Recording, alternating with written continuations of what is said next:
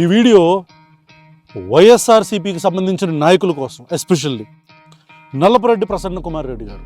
ఈయన ఎందుకు అలాంటి మాటలు మాట్లాడారో నాకైతే తెలియదు, కానీ ఇంకా కూడా వైఎస్ఆర్సీపీ ఒకవేళ తెలుసుకోలేకపోతే ఇలాంటి మాటల వల్ల కానీ, గట్టిగా అరవటాల వల్ల కానీ, అసెంబ్లీలో పిచ్చి మాటలు మాట్లాడటం వల్ల కానీ ఇలాంటివి చేస్తే ప్రజలు ఇష్టపడరు అనే విషయం ఇప్పటికీ కూడా వైఎస్ఆర్సీపీ నాయకులకి ఎందుకు అర్థం కావట్లేదో నాకైతే అర్థం కావట్లేదు. నల్లపురెడ్డి ప్రసన్న కుమార్ రెడ్డి గారు, మీరు కొన్ని సంవత్సరాలు ఎమ్మెల్యేగా మీ నియోజకవర్గంలో కొన్ని సేవలు అందించారు. అలాగే ఇప్పుడు మీతో పాటు అపోనెంట్గా ఉన్న వ్యక్తి, ఆవిడ పేరు కూడా నేను మాట్లాడదలుచుకోవట్లా, ఎందుకంటే మీ అందరికీ తెలుసు ఎవరి గురించి మాట్లాడాడు ఆయన. అలాంటి ఒక వ్యక్తి, అంటే మీ స్థాయిలో, మీరు ఏ స్థాయిలో అయితే మీరు ప్రజా జీవితంలో ఉన్నారో అదే స్థాయిలో ఒక మహిళగా ఉండి పితృస్వామ్య వ్యవస్థ అయిన మన భారతదేశం లాంటి ఒక సిస్టంలో అసలు బయటకు వచ్చి మాట్లాడితేనే ఆడపిల్లలు ట్రాల్ అవుతారు, ఇష్టం వచ్చినట్టు మాట్లాడతారు అని ఆలోచించే ఒక పరిస్థితుల్లో రాజకీయాలలోకి వచ్చి ఒక ఎమ్మెల్యేగా నిలదొక్కుని ప్రజా జీవితంలో ఉండటమే ఒక అద్భుతమైన విషయం. అలాంటి ప్రజా జీవితంలో ఉంటున్న ఒక ఆడవాళ్ళ గురించి, అది రాజకీయాలలో ఈ కుళ్ళు రాజకీయాలు మనకెందుకు అని అనుకుని ఇంట్లో నుంచి బయటకు కూడా రావడానికి ఆలోచించే ఒక పరిస్థితుల్లో ఉన్న టైంలో అలాంటి వ్యక్తుల గురించి, ఆడవాళ్ళ గురించి ఎస్పెషల్లీ ఈ మాటలు ఎందుకు మాట్లాడారో మీరు ఒకసారి రీట్రేట్ చేసుకోవటమే కాదు, ఇవి మీ పార్టీకి తీవ్రమైన నష్టాన్ని కలగజేస్తాయి.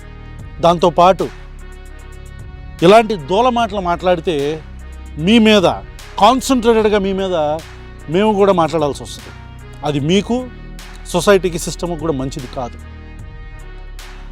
So I urge the opposition leaders to hold your horses and to not utter this idiotic statements.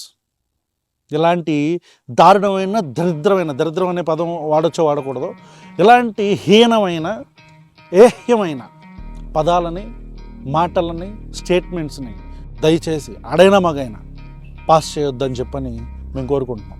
ఇకపోతే వీడియోలో ఉండే రెండో అంకం, తెలుగుదేశం పార్టీ వాళ్ళందరూ వెళ్ళి నల్లపురెడ్డి ప్రసన్న కుమార్ రెడ్డి గారి ఇంటి మీద దాడి చేయడం, అంటే వ్యాండలైజ్ చేసేశారు. ఇది అవునన్నా కాదన్నా మన తెలుగు రాజకీయాలలో దాడులు చేయటం, వ్యాండలైజ్ చేయటం, ఒక మాబ్, ఒక గుంపు వెళ్ళి వ్యాండలైజ్ చేయటం అనేది చాలా పరిపాటిగా అయిపోయింది. దీన్ని మనం నార్మలైజ్ చేసేసాం. తెలుగుదేశం పార్టీ ఆఫీస్ మీద వైఎస్ఆర్సీపీ దాడి, అలాంటి హేయమైన దాడితో మొదలై పట్టాభి ఏదైనా మాట్లాడుండొచ్చు, కానీ సిస్టంలో కొన్ని చట్టాలు, మనం కొన్ని వ్యవస్థల్లో చట్టాలు చేసుకున్నాం. వాటిల ద్వారా వెళ్లకుండా పట్టాభి మీద ఉన్న కోపాన్ని తెలుగుదేశం పార్టీ ఆఫీస్ మీద చూపించడంతో మొదలైన వ్యాండలిజం, దాన్ని తెలుగుదేశం పార్టీ ఏం శుద్ధపోసలేం కాదు, వాళ్ళు ఏం ఆపలేదు, వాళ్ళు కూడా కంటిన్యూ చేసి మొన్న సాక్షి ఆఫీస్ మీదకి వెళ్ళటం. ఇప్పుడు తెలంగాణలో బీఆర్ఎస్ వాళ్ళు మహా న్యూస్ మీద, వాళ్ళు ఎంత లేకినా కొడుకోలేనా, ఎంత బ్రోకర్ నా కొడుకులైనా, బ్రోకర్ మాటలు మాట్లాడినా మనం ఒక వ్యవస్థలో ఉన్నాం, దాన్ని గౌరవించాలి. లేకపోతే ఇంక మీరు ఎమ్మెల్యేలుగా ఇవన్నీ ఉండటం ఎందుకు? ఎవడిష్టం వచ్చినట్టు, నాకు వాడి మీద కొంత కోపం ఉంది కాబట్టి నేను వెళ్ళి కొట్టేసుకుంటానంటే, నాకు వాడి మీద కోపం వచ్చింది కాబట్టి వెళ్ళి వాడి ఇంటికి వెళ్ళి దౌర్జన్యంగా వాడి కారుని వెనక్కి తిప్పేస్తాం, వాళ్ళ ఇల్లు పగల కొట్టేస్తామంటే the system will definitely not succeed properly.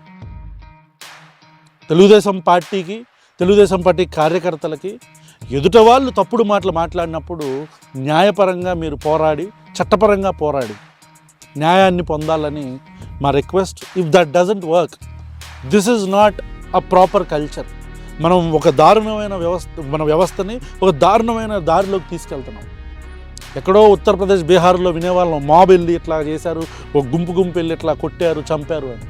ఆంధ్రప్రదేశ్లో ఇది పరిపాటి అయిపోయింది. Hope you don't repeat it. Chandrababu Naidu గారు కావచ్చు, నారా లోకేష్ గారు కావచ్చు, దీన్ని ఖచ్చితంగా కన్సిడర్ చేసి వాళ్ళ కింద స్థాయి కార్యకర్తల దాకా దీన్ని తీసుకెళ్ళాలి. Thank you so much.